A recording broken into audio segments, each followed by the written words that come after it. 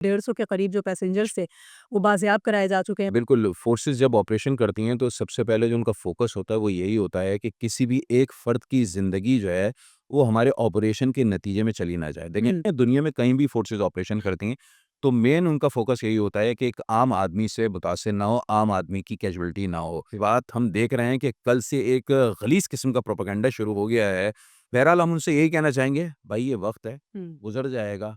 Switzerland में बैठ के, लंदन में बैठ के भारतीय रॉ का पैसा डकार रहे हैं।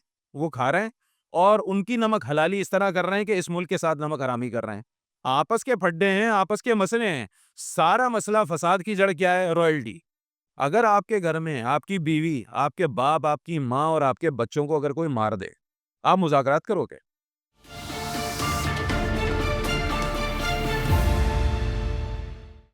अस्सलाम वालेकुम एंगल 360 के पॉडकास्ट में आपको कहेंगे खुशामदीद। मैं हूं अली आबिद। नाज़रीन, 77 साल कबल एक मुल्क मारिज़ वजूद में आया था और जो ही वो वारिज़ वजूद में आया तो साथ ही उसके इकोनॉमिक क्राइसिस का भी आगाज़ हो गया। वजह उसकी ये थी कि जिस आलमी साम्राज्य ने उस पर कब्ज़ा कर रखा था, उसने जब उसको आज़ादी दी थी तो कुछ वादे वईद किए थे कि जब आपको आज़ादी दी जाएगी तो इतना जो है वो पैसा और चीज़ें जो है वो आपको दी जाएँगी। लेकिन कहते हैं ना कि वो वादा ही क्या जो वफ़ा हो, तो उस अंग्रेज़ सरकार ने वो वादा वफ़ा नहीं किया और उसको वो पैसे नहीं दिए जिसकी बुनियाद पर डे फर्स्ट से नई नवेली रियासत जो है वो इकोनॉमिक क्राइसिस का शिकार हो गई। फिर सोने पर सुहागा ये हुआ कि ठीक 1 साल बाद ही पड़ोसी मुल्क ने जो हुजम के एतबार से उससे 3 गुना बड़ा मुल्क था, उसके खिलाफ जो है वो जंग छेड़ दी। और बहरहाल वो जंग जो है वो किसी न किसी तरह उस नए नवेले मुल्क ने जो कमज़ोर भी था, इकोनॉमिक क्राइसिस का भी शिकार था, उसने वो जंग जीत ली अपने से 3 गुना बड़े हुजम रखने वाले मुल्क से। फिर हमने देखा कि 50 की दहाई का आगाज़ हुआ। वो भी बड़ी मुश्किलात झेलते-झेलते उस मुल्क ने, जिस पे एक पॉलिटिकल क्राइसिस भी था, इकोनॉमिक क्राइसिस भी था, वो वक़्त उसने गुज़ारा। फिर 60 की दिहाई में एक और बड़ी जंग उसके उसी पड़ोसी मुल्क ने उसके खिलाफ छेड़ी और वो भी बहरहाल उस सुरखरू हुआ, उस जंग में वो जीता। लेकिन जो इकोनॉमिक क्राइसिस ख़त्म हो गए थे, इकोनॉमिक रिवाइवल शुरू हो गया था, उसको काफ़ी धचका लगा।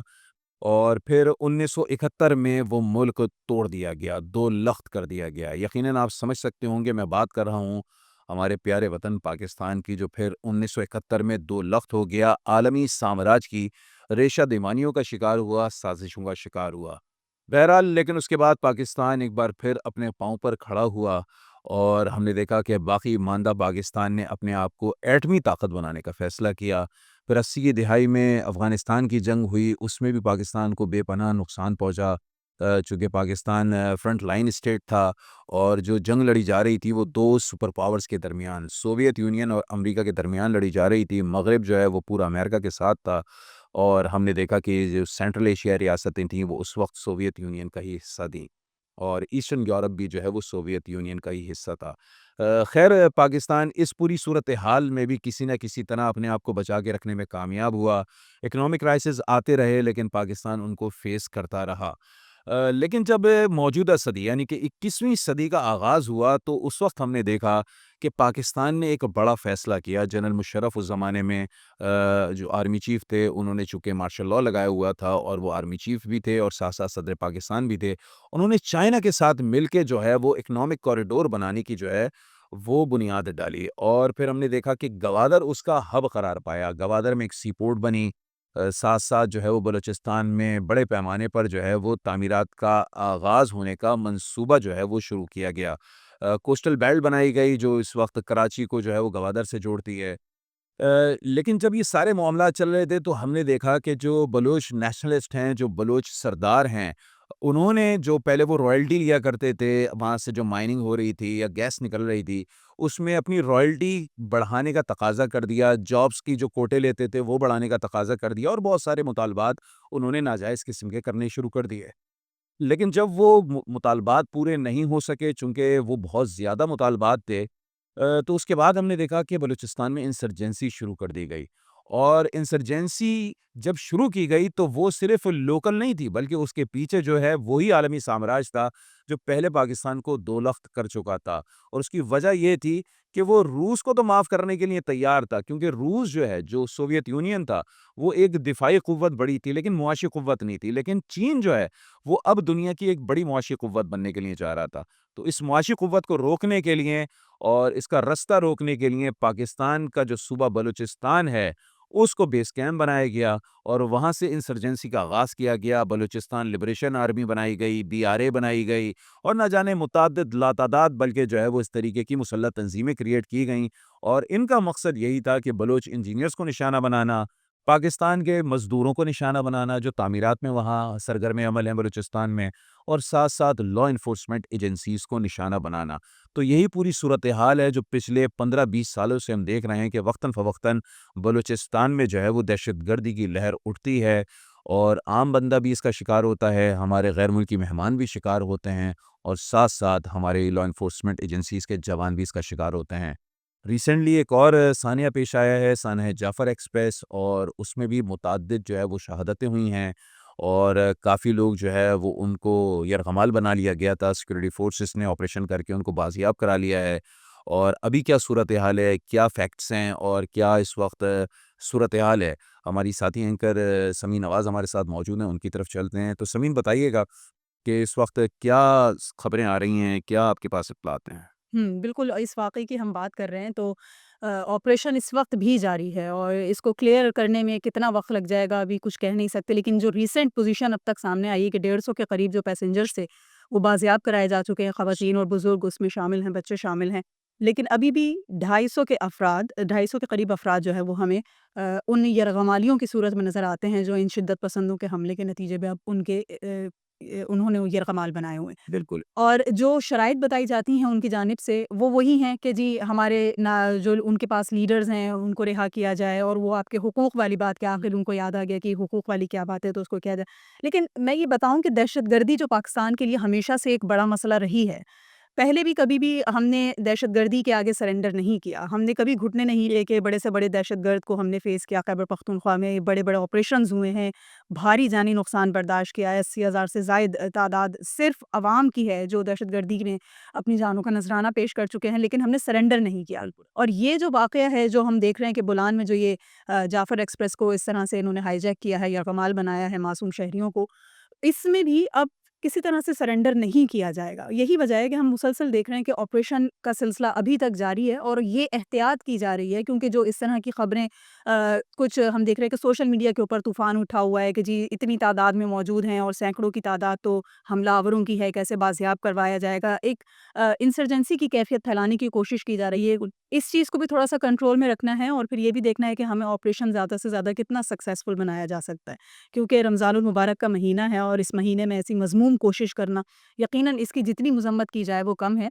लेकिन कोशिश यही है सिक्योरिटी फ़ोर्सेस की, पाक फ़ौज की, कि हम जल्द अज़ जल्द जितने भी यरग़माली हैं उनको रिहा करवा लें और कम से कम जानी नुकसान हो। देखिए, बिल्कुल फ़ोर्सेस जब ऑपरेशन करती हैं तो सबसे पहले जो उनका फ़ोकस होता है वो यही होता है कि किसी भी एक फ़र्द की ज़िंदगी जो है वो हमारे ऑपरेशन के नतीजे में चली ना जाए। देखिए, हुँ, ऑपरेशन इतना कोई आसान काम नहीं है। लफ़्ज़ बहुत आसान दिखता है कि ऑपरेशन कर दिया, लेकिन उस ऑपरेशन के पीछे कई ज़हन काम कर रहे होते हैं, जो फ़ील्ड में होते हैं वो अपना दिमाग लड़ा रहे होते हैं, जो बैक एंड पे उसको पूरा का पूरा मैनेज कर रहे होते हैं वो अपना दिमाग लड़ा रहे होते हैं। तो बहरहाल फ़ोर्सेस का जब भी कोई ऑपरेशन होता है, चाहे पाकिस्तान की फ़ोर्सेस करें या दुनिया में कहीं भी फ़ोर्सेस ऑपरेशन हुँ, करती हैं, तो मेन उनका फ़ोकस यही होता है कि एक आम आदमी से मुतासिर ना हो, आम आदमी की कैज़ुअल्टी ना हो। हुँ, क्योंकि ज़ाहिर-सी बात है, दहशतगर्द तो उनको अपनी ढाल के तौर पे इस्तेमाल करते हैं। हुँ, वो तो अगर देखेंगे कि मर रहा हूँ तो वही वाली बात है, मरता क्या नहीं करता, उन्होंने तो फिर उनको नुकसान पहुँचाना। सही। तो ये बात तो पूरी दुनिया में है कि जब-जब ऑपरेशन फ़ोर्सेस करती हैं, हुँ, तो वो आम इंसान की जान की जो है वो सबसे ज़्यादा हिफ़ाज़त करने की कोशिश करती हैं। लेकिन जैसे कि आपने बात करी कि साने जाफ़र एक्सप्रेस के बाद हम देख रहे हैं कि कल से एक ग़लीज़ किस्म का प्रोपेगेंडा शुरू हो गया है और पाकिस्तान के ही कुछ यूट्यूबर्स और पाकिस्तान से ही बिलॉन्ग करते हुए कुछ सोशल मीडिया जो एनालिस्ट हैं, खुद साख्ता एनालिस्ट हैं, वो भारत के रंग में रचे हुए हैं। बल्कि मैं इंडियन कुछ चैनल्स को फ़ॉलो कर रहा था, तो मुझे तो ऐसा लग रहा था कि वो कम खुश हैं, हुँ, हमारे कुछ डिजिटल मीडिया के जो दहशतगर्द हैं, हुँ, जो एक्सपर्ट्स हैं, वो ज़्यादा खुश हैं। हुँ, बाकायदा ऐसा लग रहा था कि जैसे कि बलूचिस्तान में कोई बहुत बड़ी आज़ादी की जंग लड़ी जा रही है, इस तरीके से पोर्ट्रे किया जा रहा था। बहरहाल हम उनसे यही कहना चाहेंगे, भाई ये वक़्त है, हुँ। गुज़र जाएगा। लेकिन वही वाली बात है कि दहशतगर्दों का मुकम्मल सफाया तो होगा, लेकिन ये जो आप रोटियाँ सेक रहे हैं ना, ये वक़्त हमेशा याद रखा जाएगा। अ, इस बुरे वक़्त में रियासत के साथ खड़ा होना चाहिए, इस बुरे वक़्त में आपको सिक्योरिटी फ़ोर्सेस के साथ खड़ा होना चाहिए, ना कि अपनी गंदी सियासत करें। तो बिल्कुल। बहरहाल ये बात तो एक तरफ हो गई, दूसरी चीज़ ये रही कि जैसे कि हम शुरू में बात कर रहे थे कि ये बलूचिस्तान में रोज़ जो दहशतगर्दी होती है, ये जो हमारी एक खामा-खई का चूरन बेचा जाता है ना, कि मुज़ाकरात किए जाएँ, मैं इससे बहुत सख्त ख़ाइफ़ हूँ। आप मुझे सीधी-सीधी आज एक बात बताएँ, और मैं इस कैमरे की वसातत से तमाम जितने भी देखने वाले हैं उनसे भी बोल रहा हूँ, जितने सहाफ़ी हैं उनसे भी बोल रहा हूँ, जितने भी एक्सपर्ट हैं उनसे भी बोल रहा हूँ और जितने सियासतदान हैं उनसे भी बोल रहा हूँ। अगर आपके घर में आपकी बीवी, आपके बाप, आपकी माँ और आपके बच्चों को अगर कोई मार दे, आप मुज़ाकरात करोगे? आप बताएँ, मैं आपसे पूछ रहा हूँ, आप मुज़ाकरात करेंगी? लेकिन एक आखिरी हल तो यही नज़र आता है। अरे आपसे मैं पूछ रहा हूँ, अगर आपके किसी प्यारे को कोई मार दे आके, आप मुज़ाकरात करेंगी? नामुम नहीं करेंगी ना।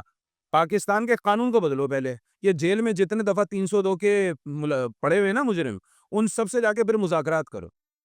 फिर उनको जो है ना फांसी पे लटकाओ मत, उम्र कैद की सज़ाएँ नहीं दो। फिर उनसे मुज़ाकरात करो। यार आपको मार रहे हैं वो, आम अफ़राद को मार रहे हैं वो, मज़दूरों को मार रहे हैं वो, आपके गैर मुल्की मेहमानों को मार रहे हैं वो, आपकी सिक्योरिटी फ़ोर्सेस को मार रहे हैं वो। किस बुनियाद पे मार रहे हैं? कि उनके लीडरान स्विट्ज़रलैंड में बैठ के, लंदन में बैठ के भारतीय रॉ का पैसा डकार रहे हैं, वो खा रहे हैं और उनकी नमक हलाली इस तरह कर रहे हैं कि इस मुल्क के साथ नमक हरामी कर रहे हैं। अब बोला ये जाता है कि बलोचों का हक इसलिए जो है वो खाया जाता है क्योंकि बलूचिस्तान में असल नुमाइंदगी नहीं है। किसने कहा नुमाइंदगी नहीं है? ये गूगल पड़ा हुआ है, ज़रा गूगल कर लें। क्या मेंगल साहब वज़ीर आला नहीं रहे? क्या बुगटी साहब वज़ीर आला नहीं रहे?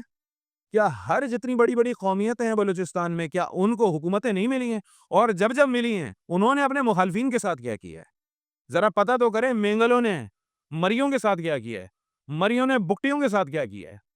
आपस के फड्डे हैं, आपस के मसले हैं। सारा मसला फसाद की जड़ क्या है? रॉयल्टी। सारा मसला रॉयल्टी है कि रॉयल्टी मुझे ज़्यादा चाहिए। चूँकि गैर मुल्की कंपनियाँ आ रही हैं, तांबे के इतने बड़े ज़खायर निकल आए हैं, सोने के इतने बड़े ज़खायर निकल आए हैं, चीन आ रहा है, उसकी कंपनियाँ आ रही हैं, हमें रॉयल्टी दो, करना कराना कुछ नहीं है, बैठ के खाना है हुँ। हमने।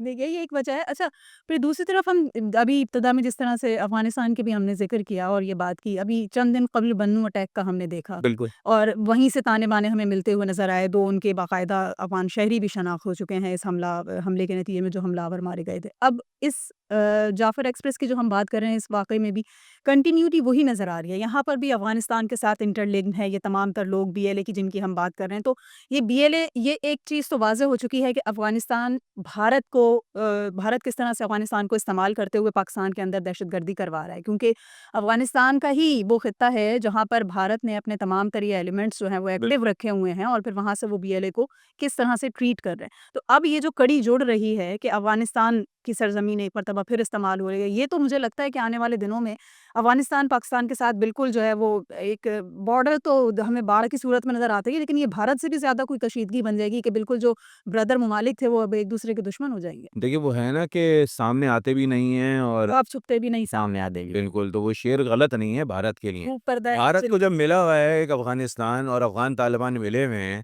और नमक हराम वो निकले न अफ़गान तालिबान। पाकिस्तान ने उनके लिए क्या कुछ नहीं किया, कितनी जो है वो मुश्किलात झेलीं और उसके बाद क्या हुआ, जब उनको इक़्तिदार मिल गया तो उन्होंने वही हरकतें शुरू कर दी, हुँ, जो मीर जाफ़र और मीर सादिक करते हैं। असल तो वो हैं मीर जाफ़र और मीर सादिक, हुँ, ठीक है ना? इमरान खान साहब और उनकी पार्टी को अफ़गान तालिबान को कहना चाहिए, ये जो मुज़ाकरात का रोल डालते रहते हैं ना, ये लोग मुनाफ़िक हैं। हुँ, ये हैं मीर जाफ़र और मीर सादिक। हुँ, भारत अपनी प्रॉक्सीज़ वहाँ से लड़वा रहा है। हुँ, बलूचिस्तान में जितनी दहशतगर्दी होती है उसकी 70 से 80% कड़ियाँ अफ़गानिस्तान से मिलती हैं। 10 से 15% कड़ियाँ जो है वो ईरान के बॉर्डर पे मिलती हैं। कुलभूषण कहाँ से आया था? ऐसे ही है ईरान से। ठीक है? ये जो बीएलए के महफूज़ ठिकाने हैं वो कहाँ पे हैं? पाक-अफ़गान बॉर्डर पे मौजूद हैं। हुँ, अरे भाई सीधी-सीधी बात है कि ये जितने भी पड़ोसी ममालिक हैं यहाँ पर हमारे खिलाफ जो है वो आलमी प्रॉक्सीज़ जो हैं, वो जो आलमी क़ुव्वतें हैं वो प्रॉक्सीज़ लेके बैठी हुई हैं, वो हमारे खिलाफ काम कर रही हैं। अब इनसे मुज़ाकरात नहीं हो सकते। ये इस बात को समझ लें। दहशतगर्द की जो है ना वो एक ही ग़िज़ा है हुँ, और वो है डायरेक्ट कलाकमा कला-कमा किया जाए। ऐसा ही है। जो वो रद्दुल फ़साद था ना, हुँ, वो गलत नहीं था और जो आज फ़ितनतुल ख़ारिज के खिलाफ ऑपरेशन हो रहा है ना, वो गलत नहीं है और मेरे ख़्याल में ये जो बलोच अस्करियत पसंद है ना, इनको भी फ़ितनतुल ख़वारिज में डालना चाहिए। आप सिर्फ़ एक चीज़ देखें, बलूचिस्तान की अगर तरक्की नहीं हुई है, इसमें एस्टेब्लिशमेंट का क्या कसूर है? और अब जब बलूचिस्तान इसमें की तरक्की हो रही है तो उसमें रुकावट कौन बन रहा है? यही रुकावट वही लिबरेशन आर्मी बन रही है। दुनिया में क्या कभी किसी मुल्क ने खुद तरक्की की है? आज आप दुबई की मिसाल देती हैं। आज जद्दा और रियाद सऊदी अरब में डेवलप हो रहे हैं। नियोम सिटी वो बनाने के लिए जा रहे हैं। तो क्या वहाँ पे अरबी सारा काम कर रहा है? नहीं, 80% बाहर के लोग हैं, पाकिस्तानी हैं, बांग्लादेशी भारतीय हैं, बांग्लादेशी हैं, यूरोपियंस हैं, अमेरिकन्स हैं, वो जाके काम कर रहे हैं। तो दुनिया में जब-जब रिवाइवल आता है या रेवोल्यूशन आता है, माशी इन्कलाब जब-जब आता है, तो हमने देखा है पूरी दुनिया के लोग आते हैं। तो ये समझाया कैसे जाए बलोचों को या उनके लिबरेशन आर्मी के जो लोग हैं उनके दिमाग में ये चीज़ किस तरह से दुरुस्त राह पे डाली जाए कि आप जो समझ रहे हैं कि आपके वसाइल पे कोई काबिज़ हो जाएगा और आपको सरासर नुकसान होगा, इसमें कोई फ़ायदा नहीं है बलूचिस्तान का, जिसकी वजह से वो इस शिद्दत पसंदी पर मुसलसल समझ में सबके आ रहा है, मसला ये एक होता है मेहनत से कमाना, एक होता है ईज़ी मनी। बलोच कौम को समझ में आ गया है, कितने फ़ीसद लोग दहशतगर्दी कर रहे हैं, ये भी तो देखें। ये मिसिंग पर्सन्स का जो अपना चूरन बेचा जाता है, उसमें मुझे बताएँ कितने मिसिंग पर्सन्स हैं? बल्कि मैं तो आज कहूँगा जो बहुत ज़्यादा ये जो बलोच मिसिंग पर्सन्स को लेकर बहुत ज़्यादा बातें करते हैं और मारन बलोच के हवाले से बहुत ज़्यादा बातें होती हैं, जो हमारे सहाफ़ी हज़रात करते हैं, उनको चाहिए जाके हार पहनाएँ। ये जो साने जाफ़र एक्सप्रेस हुआ है ना, जाके हार पहनाएँ। हुँ। उनको जो है ना मिठाइयाँ खिलाएँ आप लोग। कितने मिसिंग पर्सन्स तो एनबीए लेके आप ये देखें रिसेंटली पिछले 1 डेढ़ साल में कितने दहशतगर्दी की वारदातें हुई हैं, जो मिसिंग पर्सन्स थे, खुद को हमलावर भी वही निकले। कुछ हमलावर निकलते हैं, ऐसे ही है। तो बात सीधी-सीधी ये है कि ये जितना भी बलूचिस्तान में काम हो रहा है, ये जितनी भी दहशतगर्दी लोग कर रहे हैं, इंसर्जेंसी कर रहे हैं, आप ये कह रही हैं कि उनके समझ में क्यों नहीं आता? उनको सब समझ में आता है। वहाँ पे डॉलर मिल रहे हैं ना, और वो भी फ्री फंड में मिल रहे हैं। आराम से बैठे-बैठे मिल रहे हैं, बस गोली तो चलानी है। अब अगर वो मेहनत करके, काम करके कमाएँगे, तो उसके लिए थोड़ा पसीना भी निकलेगा, थोड़ा ऑफ़िस खोलना पड़ेगा, 10 मगजमारियाँ करनी पड़ेंगी। सही ये कौन करे? इस दहशतगर्दी करो, रॉयल्टी का बहाना बनाओ, अगर रॉयल्टी मिल जाए तो बेहतरीन, मतलब जितनी में हम चाह रहे हैं। एक तो ये होती है ना, मिल तो सबसे रही है, हुँ। और जब शुरू से मिल रही है, बलरोज से मिल रही है, किसको नहीं मिल रही? हर सरदार को रॉयल्टी मिल रही है।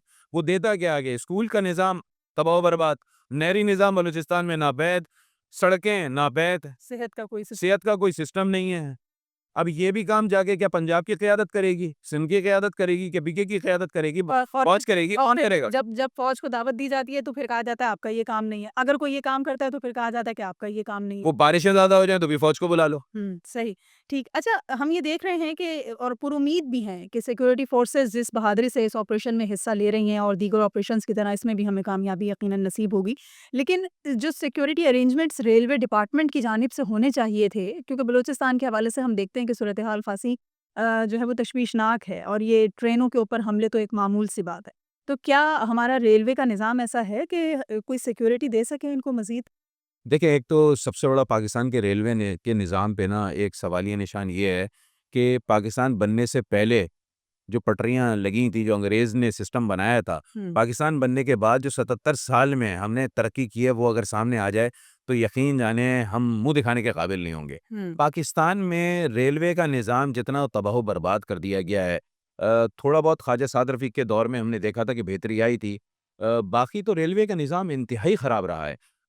पंजाब और सिंध में रेलवे का निज़ाम इतना अच्छा नहीं बन सका, तो फिर अगर आप बलूचिस्तान की अगर बात करें, हुँ। वो तो वैसे ही बेइंतहा पसमानदा है, फिर इतना दूर-दराज़ है, दुश्वार है। जिस एरिया में ये दहशतगर्दी की वारदात हुई है, वहाँ पे आप तसव्वुर नहीं कर सकते हैं कि रेस्क्यू सर्विस जो है वो बआसानी जा सकें। वहाँ पे ऑपरेशन करना भी आसान नहीं है, वहाँ पे रेस्क्यू का काम करना भी आसान नहीं है। तो अब बात ये है कि पटरियाँ तो ओपन ही होती हैं ना, अब उसके गिर्द जो है वो कोई ट्यूब आप थोड़ी बना सकते हैं। कोई आप जो है वो खारदार तारें थोड़ी लगा सकते हैं। ये तो पता नहीं कितने हज़ार किलोमीटर पर और पड़ी ऐसा भी पड़ी नहीं हैं। है कि ट्रेन के अंदर मौजूद कुछ हमलावरों ने यहाँ पे फिर असला निकाल के किया हो कि हम ये कह सकें कि स्कैनर्स के कैसे पास बिल्कुल, उन्होंने बस टारगेट किया होता, पता नहीं कितने दिन रेकी की होगी, उनको पता होगा कि इस टाइम ये ट्रेन गुज़रती होगी। अच्छा, उनको ये भी पता था कि अफ़वाज पाकिस्तान के जो है वो कुछ जवान इसमें सफ़र कर रहे हैं, तो उन्होंने ख़ास तौर पर जब उनको प्रॉपर उन्होंने रेकी की होगी, इन्फॉर्मेशन होगी, उसके बाद ही हमला किया ना। और आप देखें मकाम भी ऐसा ढूँढा, जहाँ पर रेस्क्यू का काम भी बड़ा मुश्किल होगा, जहाँ पे ऑपरेशन करना भी बड़ा मुश्किल होगा, क्योंकि वो पहाड़ी इलाका है। लेकिन बहरहाल 24 घंटे से ज़ायद का वक़्त गुज़र चुका है और अभी तक ऑपरेशन ये जारी है और उम्मीद यही है और पूरी कौम दुआएँ यही कर रही है कि कम से कम जानी नुकसान हो और ज़्यादा से ज़्यादा कामयाबी के इम्कानात बढ़ सकें। आज के लिए इतना ही, मुझे और अली आबिद को इजाज़त दीजिए। अल्लाह अल्लाह हाफ़िज़।